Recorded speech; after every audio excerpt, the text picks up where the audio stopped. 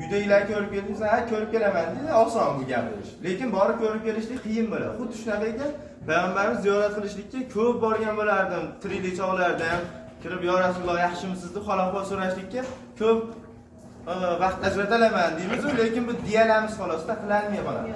Xuddi shunaqa. Hozirgi vaqtda qayerda turibmiz? Payg'ambarimizga qo'shilib olib turibmiz. Nimaga? Ko'chani oxirida biz, ko'chani boshida Nabiy sallallohu alayhi vasallam. Borib ziyorat qilishlikka vaqtimiz yo'q. Misol biz doimiy yerda ishlaymiz. 2 oydan o'tdi, shetda biz. Har kuni borib ziyorat qilishlikka vaqt topolmay qolamiz. Dunyoviy ishlar o'rab tashlaydi. Sizlar nima uchun keldingiz? Ishlaring yo'q vaqtda, qiladigan xizmat, shu ishni qilmasam bo'lmaydigan narsa yo'q. Faqat ibodatga keldik.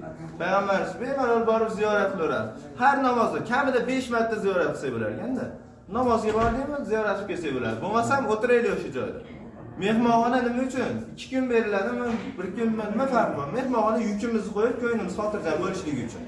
Biz qiladigan ishimiz boraylik, o'sha yashil gumbazda oldida ko'ryapmiz, masjid ichida odamlar o'tiribdi. Ularda uy yo'qmi deydi, yotadi o'sha yerda, uy yo'qmi? Nimaga? Payg'ambarimiz bag'rlarida o'tiribman deydi, o'sha yerda yotibman deydi, o'shaning uchun o'tiradi. Bizning ham vaqtimiz qisqa. Salovat aytaylik o'sha yerda o'tirib, zikrimizni qilaylik. Payg'ambarimiz qarshilarida. Hammamiz orzu qilamiz, eshitganmiz.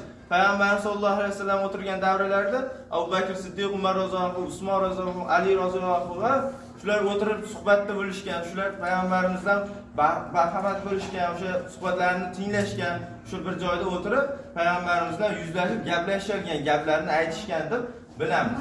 Biz nima qilaylik? Hozir bizda ham shu imkoniyat bor. Payg'ambarlar vafot qilmaydi deydi. Payg'ambarlarda o'zini dunyodan tashqari boshqa hayotga o'tdi deydi. O'shanaqangi hayotda ular barhayot yashaydi. Bizning e'tiqodimizda payg'ambarimiz tiriklar. Nimaga salom yo'llayapmiz, Ali yo'llayaptilarmi? Demak, payg'ambarimiz tiriklar. Shunaqa ekan, o'sha holatda biz nima qilamiz? Borib o'tiraylik o'sha yashil gumbaz ro'parasida. O'sha yashil gumbaz payg'ambar sollallohu alayhi vasallam hujra-i saodatlarini tepasiga joylashtirilgan. Uylari, vafot qilgan joylari ham uylari, qabri shariflari. Xuddi shunaqa ekan, o'sha joyda o'tirib bemalol nimaiki dardimiz bo'lsa so'ramaylik payg'ambarimiz. Payg'ambarimiz bizga bu narsani bering. Yo'q. Allohdan so'raymiz. Vasila qilib so'rashlik bor-da. Faqat Allohdan so'raymiz. Biz so'raymiz Allohdan. Faqat vasila qilib. O'sha payg'ambarimizning nomlaridan Allohim shu payg'ambari Nabiy sollallohu alayhi vasallamning nomlaridan, hurmatlaridan so'rayman. Menga shu narsani bergin deb so'rasak boshqa gap. Payg'ambarimizdan so'ramaymiz. Ertaga Masjidul Haramga borganimizda Ka'badan so'ramaymiz. Kimdan? Ka'bani Robbisidan so'raymiz. Biz Robbimiz Alloh taolo. Nimaiki so'raymiz, Allohdan so'raymiz. Misol mana hozirgi vaqtda kim ko'proq dehqonchilik qilganlar, shunaqangilar nima bo'ldi, hosillar yaxshi bo'ldi, Alloh taologa shukr, o'shaqalar kelyapti asosan. Nimaga o'shalar savdosini qilgan, Alloh nasib qilib ota-onasini jo'natgan, yo'q bo'lsa olib kelgan. Shunaqangi odam bo'lar ekanki, hosildorlikni olsa, nimaligimiz birinchi yaqinimizga ulashamiz, to'g'rimi? Hosildorlikni oldik va meva soldik, pishdi. Bo'ldi, mana shuni men bugun ota-onamga uzib boraman deb turdik va bo'ldi, bitta xaridor keldi, shu turishcha olaman. Birortasini uzmaysan, boshqa qilmaysan, oldim buni. Yaxshi pul taklif qildim. Nima qiladi? Endi dunyoda sotadi haligi odamga, to'g'rimi? Endi sotdi. Nima bo'ldi? Ota-onasi nasib etdi. O'zini qo'lida hamma narsa, o'zini qo'lida turgan narsa, lekin olib boraman. Men 1 yil bo'ldi, uyimdagilar olib keldim. Ayam, dadam olib kelishdi. O'zim ravzayim bor ekan, ruxsatnoma olaman. Lekin o'shalarni kirgizolmadim. Ko'ryapsizmi? Meni ham holatim xuddi shunaqa. O'zimni dehqonchiligimni narsani oilamga bera olmayapman. Bo'lsa men suygan odamingizga beraman. Bu nasibazlik. Nasibda hamma narsa. Yer yuzida shunaqa bitta ish bor musulmonlarda. Bir vaqt o'zida bitta o'sha odam shug'ullanadi. Nimasi? Uzra hozir ashta ko'rsataman. Ka'ba-i muazzama, mana shu burchagi rukuni Hajarul Asvad burchagi deydi. Bundan oldingisi rukuni Yamani. Hajarul Asvad burchagi bilamiz, eshitganmiz, jannatdan tushirilgan tosh joylashgan burchak.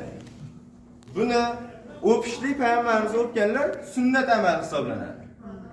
Shu toshda o'pishlik sunnat amal. Yer yuzida shunaqangi bo'lar ekanki, buni o'payotgan vaqtingizda bu ishni dunyo bo'yicha bittasiz qilayotgan bo'lar ekansiz. Faqat o'zingiz. Misol qo'l qo'yishlik kerak bo'lsa, siz qo'l qo'yasiz. Yeyotgan bo'lsa, o'sha narsani boshqasi ham yeyotgan bo'ladi.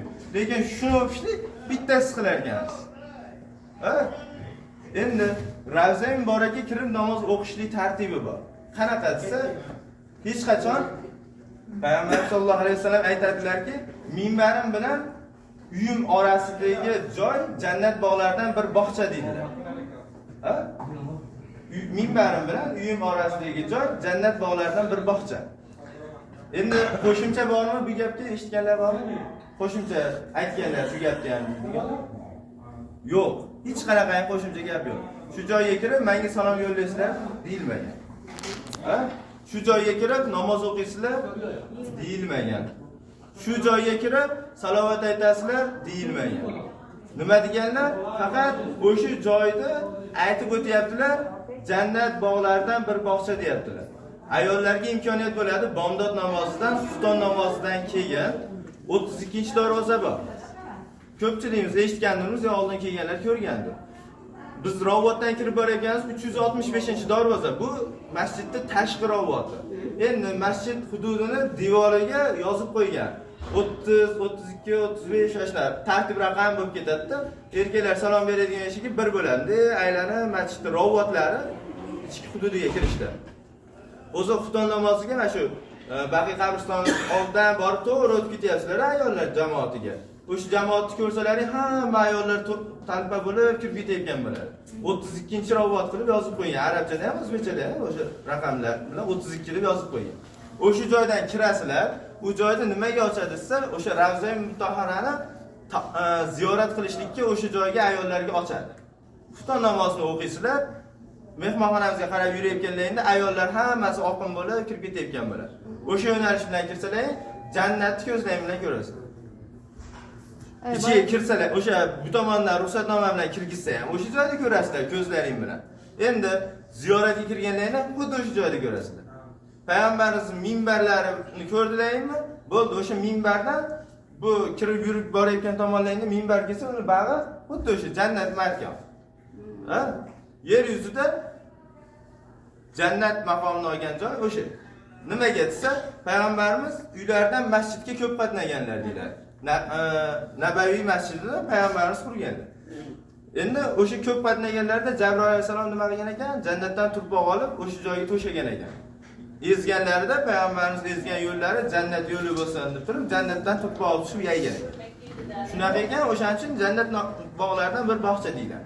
Endi bunaqangi manzil yana qayerda bor desa, Uhudga boriladi ertaga. Ertaga ziyoratga, Uhudni ziyorat qilganimizda Uhud tog'i bitta, yakka degan ma'noda bildiradi. O'sha jannatdan tushirilgan tog' hisoblanadi.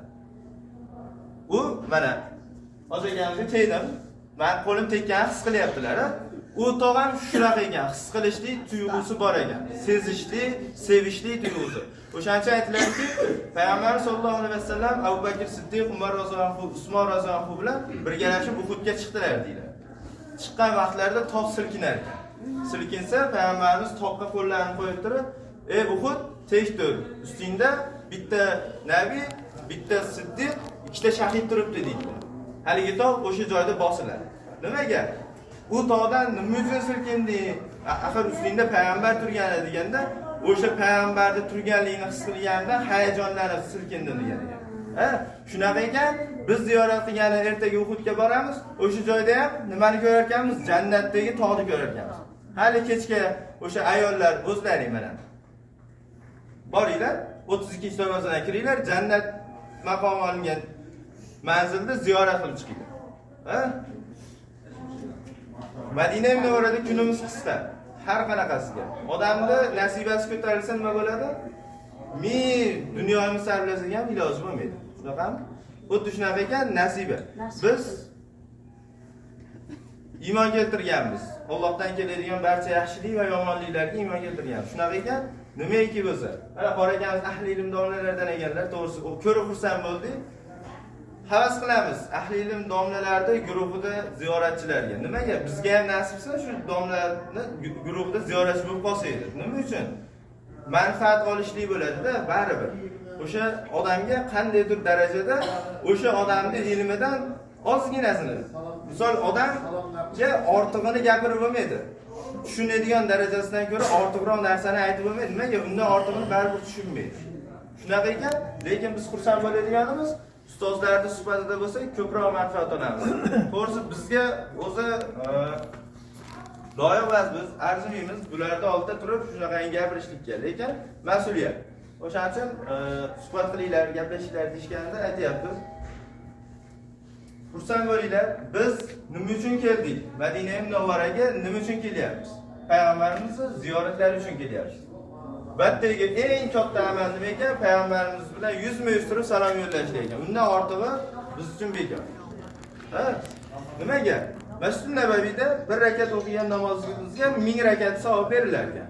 Ha? Bu savobni inshaalloh olyapmiz. Namozlarga imkoniyatimiz darajasida qatnab, kuchimiz, quvvatimiz boricha qatnab, imkoniyat darajasida borib olyapmiz, erishyapmiz. Endi payg'ambarimiz bilan yuzlashdingizmi? Eng afzali shu ekan. Madina Munavvaraga kelishligimiz shu, payg'ambarimizga salom yo'llashlik uchun kelamiz xolos, boshqa amali yo'q. Endi biz uydan chiqayotib nimani niyat qilib chiqqan edik? Men ketyapman, umra qilishga ketyapman deganmiz, ha? Payg'ambarimizga salom yo'llayman, umra qilishga boraman dedik. Endi payg'ambarimiz salomni yo'llanadi. Shu bilan endi nima qilamiz? Makka mukarramaga umra qilishlik uchun eng o'zimizga oldimizga qo'ygan eng ulug' maqsadimiz yo'liga ertaga inshaalloh yo'lga chiqamiz, ha? Shu vaqtda Alloh taolo barchalaringga kuch-quvvat bersin, sabr-qanoat bersin. Oson bo'lmaydi. To'g'risi o'zim ham birinchi marta umra qilganimda qiynalganman. Qanday qiynalganman? Tavof qilishdi. Bizda o'zbekchilikda shunaqa bo'lib qolganda, oldingilar aytishardi, bularimiz aytishardi, yurardik. Uyimizga borib kelsak, piyoda borib kelardik, boshqa. Ha? Hozirgi paytda Alloh taolo yengil qilib qo'yibdi, transportlar boshqalar yurmay qo'ydida. Xoh yosh katta bo'lsa, xoh yoshlar bo'lsa, yurmay qo'yganmiz. Ko'chani boshiga ketsam, mashinada chiqib ketadigan bo'lib qo'yganmiz. Shunaqa ekan, umra amalida piyoda bo'ladi. Ka'ba muazzamani bitta aylanasi 400-500 metr deganimizda ham 7 marta aylanamiz. O'z hisoblab oling, 3 kilometr, 4 kilometr atrofida bo'lar ekan. Endi Safo Marvani bir tarafi 450 metr, qaysi 450 metr. Ha, unda ham 7 marta yuramiz. Ha, xuddi shunaqa ekan. Alloh kuch-quvvat berib qo'yadi o'zi har qanday holatda. Men ko'rib turib, yo'q, vaqtgacha bora olmayman, o'tirib turaman shu yerda deymiz, lekin o'sha yo'lga yurdingmi, Alloh taolo o'zi kuchlantirib qo'yadi. Bunda hajda ham ko'pchilik mana ko'ramiz, piyoda yuriladi 40 kilometr atrofida deyshadi. O'shna paytlarda bu haj qilib keldim ekan, bunday yura olmaslikda degan narsalar bo'ladi. Lekin Alloh o'zi kuch berib qo'yadi. Uzr-a. Assalomu alaykum. 10,000 qadamga borar ekan-da. Shu tavof bilan zarfada aligida sa'y qilishlik. Valida aka. 10,000 qadamga borar ekan. Ilk karı olsun, salom berishga